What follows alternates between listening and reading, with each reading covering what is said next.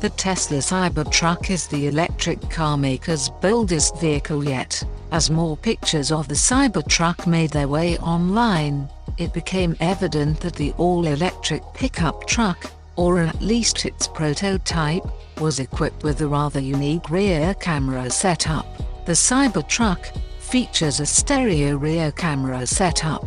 The Cybertruck still is only a prototype, which means that aspects of the vehicle could still change. Despite this, it is nevertheless interesting to speculate the purpose behind the all-electric pickup truck stereo cameras. Such a setup, after all, has several potential uses. There are some speculations about the Cybertruck's stereo camera. The dual sensor setup could be used to provide depth perception of objects that are attached to the truck, such as a trailer hitch. The second camera could be used as a rear-view mirror, which would definitely be useful when the vehicle's tonneau cover is closed. The Tesla Cybertruck is still quite a box of mysteries for now. It appears that several of its features were barely discussed by Elon Musk on stage.